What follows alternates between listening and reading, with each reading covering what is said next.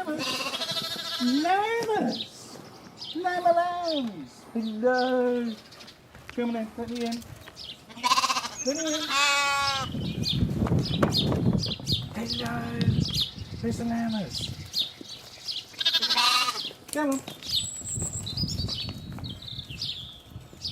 Come on, you two.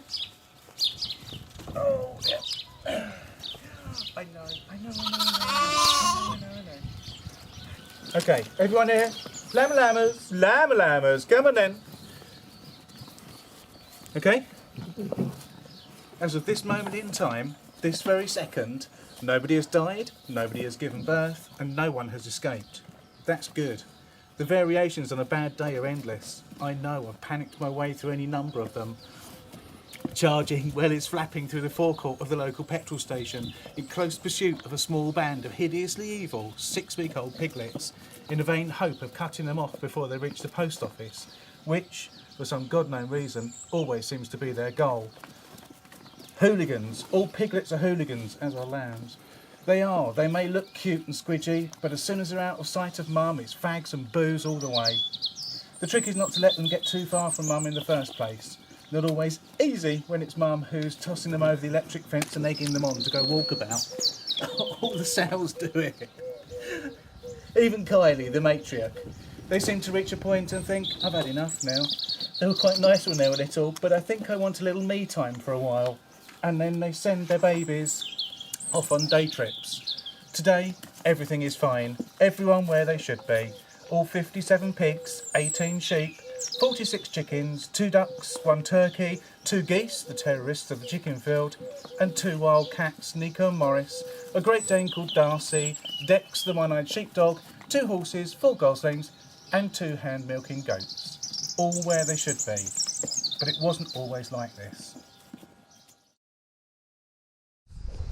10 years earlier. I want to give up work and move down here to Exmoor, Debbie shouted into the din. Ow! Yes, I nodded. I had absolutely no idea what she just said, but didn't want to spend the entire New Year's Eve party yelling back at her, pardon, what and sorry. So I'd been watching her eyes and judging whether I should be answering yes or no to what she was saying. I seemed to be doing rather well. Are you sure? I was worried you might not like it down here. It's so different from London. She yelled. London, I could lip read that. At last, safe territory. Oh yes, I said with some enthusiasm, chugging the last of my beer. We were in an Exmoor pub, packed shoulder to shoulder with slightly grubby outdoor types and farmers who dressed up for the occasion by changing the strand of coloured string holding up their trousers. These were men of action, and I imagined if the call went up, my cows are loose, they'd be only too delighted to form a scrum at the door in their eagerness to get out and do some rounding up. Thank you. Except for the ones who had changed their string back first. It would be a shame to dirty a new bit of twine. There was a jazz band playing loudly in the corner with a singer who looked so old I wondered if the rest of the band had borrowed her from a local nursing home just to make up the numbers. I'm serious, Debbie said. I'm burnt out at work. Go away. I'm burnt out at work. I want out of London.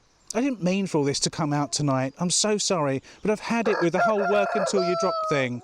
I can't do it anymore. I just can't. I really need out. I've been so scared of telling you, but we'll only do it if you're certain. Absolutely certain. Absolutely certain. Are you certain? Some of the farmers around us were waltzing, some jiving, some doing the twist. They were happy. I was nearly at the end of my Exmoor rain beer and tilted the glass, smiling. It was pointless trying to speak. I still couldn't hear a word of what she was saying, but hoped it was something about the need for another drink. Of course, I said. Her chin dropped, and she mouthed the word, really? It was a New Year's Eve party. My glass was empty, and I wanted another. I nodded enthusiastically, mouthing back, yes, really. Delighted, she seemed so pleased at my intention to drink the bar dry. She got up and flung her arms around my neck, kissing me wildly and shouting, I love you, I love you, I love you, into my ear. Then she picked up my glass and rushed for the bar, darting between the dancers. The band was still playing, though not necessarily all the same tune, and I was happy to see the singer still on her feet. I'm sure at one point I heard her shout into the microphone, do you know how old I am? I settled back into my seat, Debbie at the bar collecting our drinks, content I was the relationship god.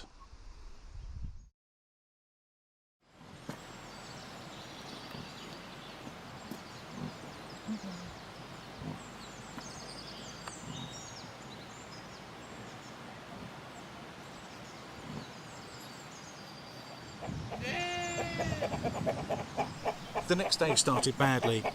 You know, if you break a mirror, it's said to be 7 years bad luck.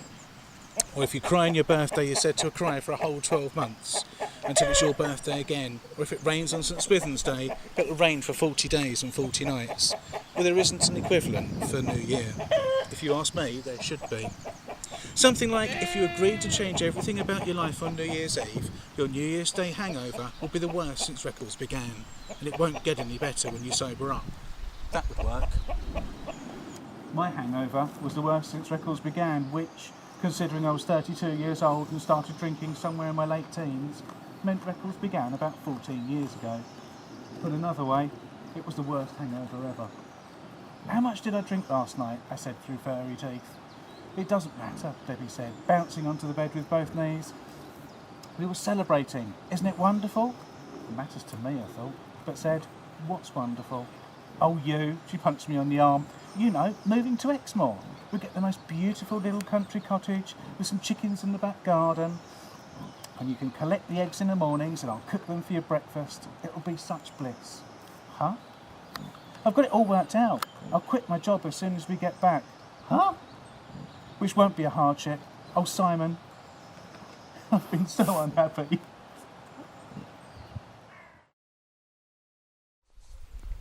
I rummaged around inside my mind for some of the less sozzled brain cells, found half a dozen and strung them together as the basis of reasonable thought. Unfortunately, the mouth I had to project their ideas through was still a bit pissed. Quit work and move down here, I stammered. She bounced off the bed. It all just came out last night, she said, folding clothes and tidying up the bedroom without looking back at me. I shouldn't have started talking about it. I don't know why I did, not on New Year's Eve, but once I started, I couldn't stop. She stopped folding and shrugged. Now you know everything. You're not disappointed, are you? I still didn't look around. I had the same feeling you get when you start watching a film halfway through. Course not. No.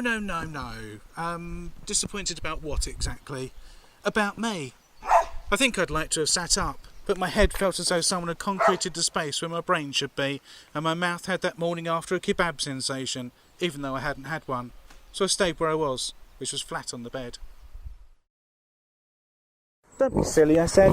I could hear a stream running outside, and it reminded me that I hadn't been to the loo since I woke up, but didn't have the energy to move. I started piecing snippets together. So you're unhappy at work? Desperately. You want to resign and give up your career? The world will probably survive with one less property solicitor, she said. And you want to sell up and move down here to Exmoor? Right. You haven't changed your mind, have you? Changed my mind? Boy, the beer must be strong down here. No wonder everyone looks so red-faced. Easy. Had I really agreed to all this? I didn't want to leave London. I didn't want to leave my job. I liked my job. I liked my home. Why would I want to give it all up and live in a cottage and collect eggs? The word that tattooed itself to the inside of my eyeballs, so I could see it no matter where I looked, was retirement. I had horrific visions of buying a bungalow on the flat, quite close to a parade of shops and a bus stop, chucking out all my Radiohead CDs and replacing them with compilations with chill in the title, drinking tea, smelling of tea, taking up golf and collecting bloody eggs. Why eggs? Don't they sell them in shops down here? Is there an egg shortage in the West Country that the rest of us don't know about? Haven't they heard of a supermarket? Who retires at 32 anyway? Career-wise, I was only just getting into my stride, like a finely tuned athlete, opening up down the back straight of the first lap, all muscles pounding, honed to perfection, athletic. As estate agents, we see ourselves differently from the way the rest of the world sees us. We are, in fact, the Donuses of the business world. Just few recognise it. One day there'll be an uprising, or better still, a strike. You think the country grinds to a halt when the underground and train drivers refuse to work. Imagine the chaos. Easy, it's alright, it's alright. If in place of a board outside every estate agent's office and every high street up and down the country was one of those bins in which you burned wooden pallets, and we'd all stand around it in our suits, with our gelled spiky hair, waving our Porsche mini keyrings in the air and yelling scab at passing solicitors. And we'd have Sarah Beanie as our spokesperson. They want the recognition they deserve, and until they get it, they're refusing to do any more accompanied viewings. I know. Could I really give all that up and move to the country? Try as I might, I couldn't imagine myself living anywhere but a major city centre. Which raised a problem: what to do about Debbie. I buried myself further under the quilt, which is as good a way as any of avoiding a scene, at least until I was a little more sober. I watched her walk out with her head down. Since when had communication between us dwindled so low that she didn't feel she could tell me she was unhappy, to the point that it all came flooding out on a New Year's Eve party? That's terrible. I wish I'd heard what she said. I could hardly admit that I hadn't caught a word of it, that her heart-to-heart had been drowned out by an OAP jazz singer and a bunch of whooping, ballroom dancing farmers. To make matters worse, now she got it out of her system, she hadn't wanted to go over it all again, which left me colouring in an awful lot of blank space.